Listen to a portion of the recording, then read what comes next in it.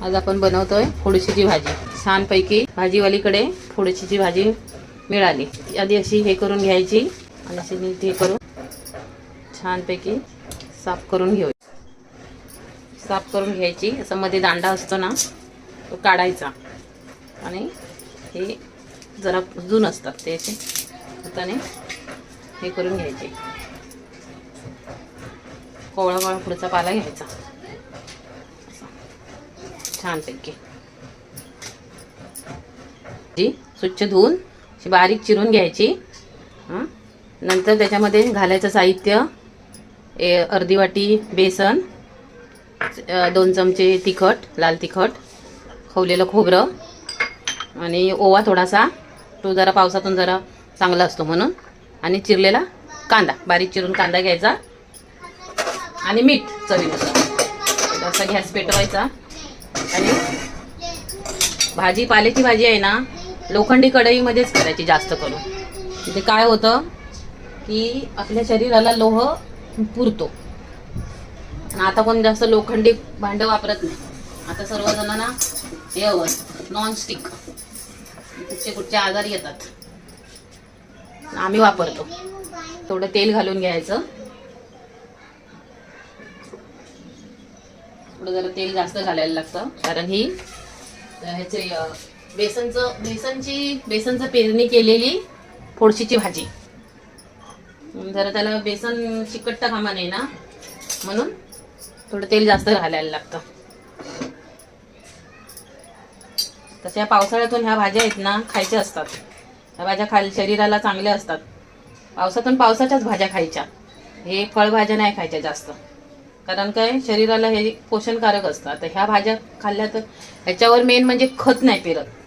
बाकी आपण भाज्या खातो मे महिन्यात वगैरे, त्याच्यात कसं खत पेरलेलं असतं, आपल्या शरीराला हानिकारक असतं। पण आता काय करणार, खताशिवाय भाजी होतच नाही। पण ते जाऊ दे, पण आता पावसातून मिळतात ना, ज्यांच्या तिथे मिळत असतील ना त्याने आणायची आणि करायची। ही भाजी बऱ्याच लोकांना माहिती पण नाही आहे, करत पण नाहीत कोण, आणि मेहनत तर अजिबातच घ्यायला बघत नाही। ती मुद्दाम मी दाखवते म्हणजे काय, या पावसातून येतात ना वेगवेगळ्या भाज्या, त्या आपण खाल्ल्या ना तर शरीराला पण पोषण मिळतं आणि थंडावा पण मिळतो, आणि ह्या खाल्ल्या पाहिजे।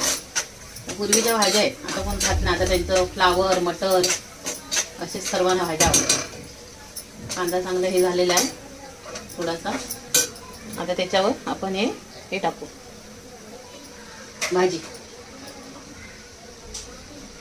भाजीचं जरा पहिलं पाणी मरेपर्यंत भाजी टाकून घ्यायची, परतून घ्यायची चांगली, छान अशी परतून घ्यायची भाजी। लोखंडाच्या भांड्यात केली ना की आपल्या शरीराला लोह मिळतो।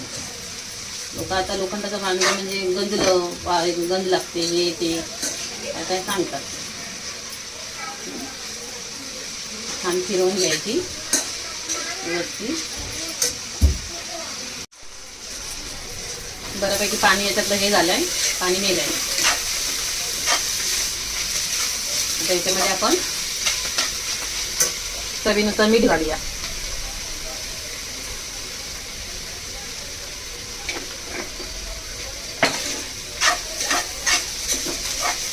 जास्त फास्ट गॅसवर नाही करायचं आणि कमी पण नाही करायचं।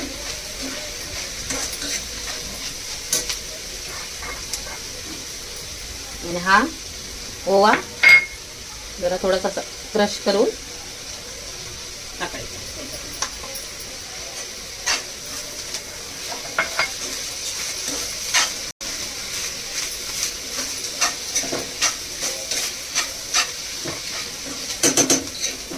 ओवा टाकला की भाजी आहे ना, भजी असते ना, भजीसारखी होते। म्हणजे भजीला जसा फ्लेवर असतो ना तशी होणार, कारण याच्यामध्ये कांदा आहे आणि कांद्याच्या पातीसाठी फोडशी आहे।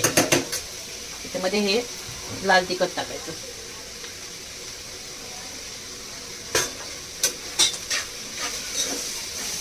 तुम्हाला आवडेल तसं कमी जास्त तिखट तुमच्या आवडीप्रमाणे।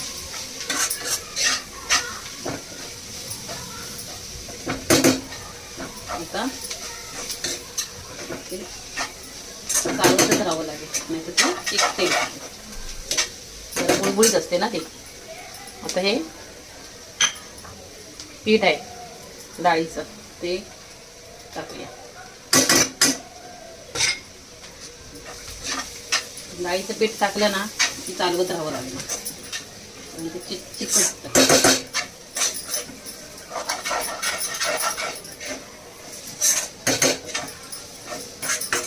नॉनस्टिक मध्ये केलं ना की ते नाही चिकटत. नॉनस्टिक मध्ये ह्याचं जे हे आहे ना तत्व नॉनस्टिकला मिळणार नाही. पालेभाजी मी जास्त करून कढईमध्येच करते किंवा असं लोखंडी भांडं असेल ना त्यातच करते.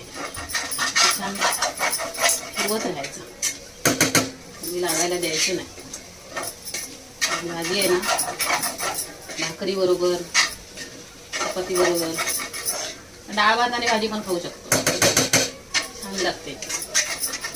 पावसातून जरा वेगळीच चव येते ह्याची. सगळ्याच भाज्या पावसातून मस्त लागतात, छानच एकदम पोवळ्या पोवळ्या. म्हणून त्या महाग असतात आणि जुड्या पण छोट्या छोट्या मिळतात. आम्हाला ही एक जुडी बस झाली, एका टायमाला बस झाली, बस होते 4 माणसांना. तर मालवणी आहोत आम्ही म्हणून आम्हाला हे खवलेलं खोबरं पण काही जण नाही वापरत, नाही वापरलं तरी चालेल.